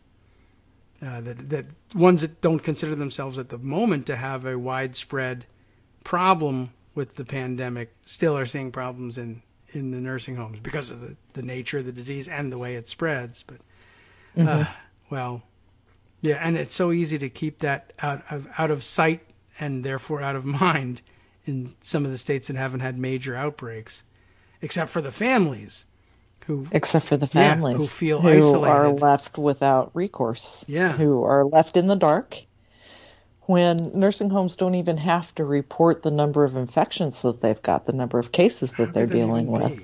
Yeah, you'd think that's basic requirement, but it's not in a lot of states, and a lot of family members are left just freaking out about their loved ones and what's happening. Unable to do anything but stand outside the window of their parents' room. Yeah. It's and amazing. Try to see what's happening. It's just heartbreaking. Yeah. There were some very interesting reports that you've seen this weekend and in the past of what the nurses have to deal with. The additional burden on them of having to be like the grief counselor on top of all this and conduct FaceTime departures for people. It's crazy. I guess that's been the hallmark of this, of the hotspots in this pandemic have been behind closed doors, in a way that I guess is contributing to this feeling among Trump supporters and others that somehow it's not real or it's not happening to them. That the healthcare professionals are just crisis actors. Yeah. But behind the walls of the hospital and behind the walls of the meatpacking plants and the nursing homes and in the in the remote Native American reservations as well were removed from just those are the hottest spots going. I mean, I guess it's a nightmare for trying to get information out. But and if you've got a president that you happen to believe who's telling you, oh, it's just the flu, it's not that bad, we're over it, it's done, it was probably all hyped anyway. Yeah, that only contribute to it. Until they get sick, which many of them are on the verge of doing. Yeah. I would imagine after I think so. Memorial Day weekend. Right. I guess so. We got to keep an eye on all of this stuff. What worries me is we were just thinking about it the other day over the weekend at home here. It's been more than 2 weeks since, say, Georgia trumpeted their reopening. When are we going to find out? And then, of course, this morning and we we're find not out because Georgia's cooking the books. Yeah, right. So they're just incubating virus and pretending they're not, and who knows where they're sending it to. So, well, that's great. Have a nice day. Happy Tuesday. Yeah. Right. Thanks for coming in, though. I know it's a challenge sometimes to remember that it's Tuesday at all. 3-day weekend in particular, and pandemic, forget it. But I do have coronavirus brain, and I don't have coronavirus. yeah, right. One of the side effects. We all get that. But thanks for coming by and discussing things with us, bringing up the point of the nursing homes. Needs more attention, and certainly at this point, I guess we start thinking about maybe we need to start making some calls to people and say we really need Democrats to be standing up on this. That's a very good thing to be doing with your time. Yeah, you got it now. Okay, well, thanks again. We'll check in with you again next Tuesday, by which point I'm sure this will all be over. Oh, And, yeah. we can celebrate then. Yeah. Thanks again. Take care. Human capital will be back on the Oh, top. yes, right. Oh, yeah. Don't yell at him about that. He's just an economist. From Daily Kos Radio Take care, on John. networksradio.com. You have been listening to the Kagro in the Morning Show. with David Waldman. Time now, of course, for Justice Putnam and the West Coast Cookbook and Speakeasy to follow things up. Now I can tell you with almost 100% certainty that anything that you read about in the news over this weekend that we didn't get to discuss will be discussed on the show. We missed just about everything, but thank God they're batting cleanup for us as always. We'll see you tomorrow.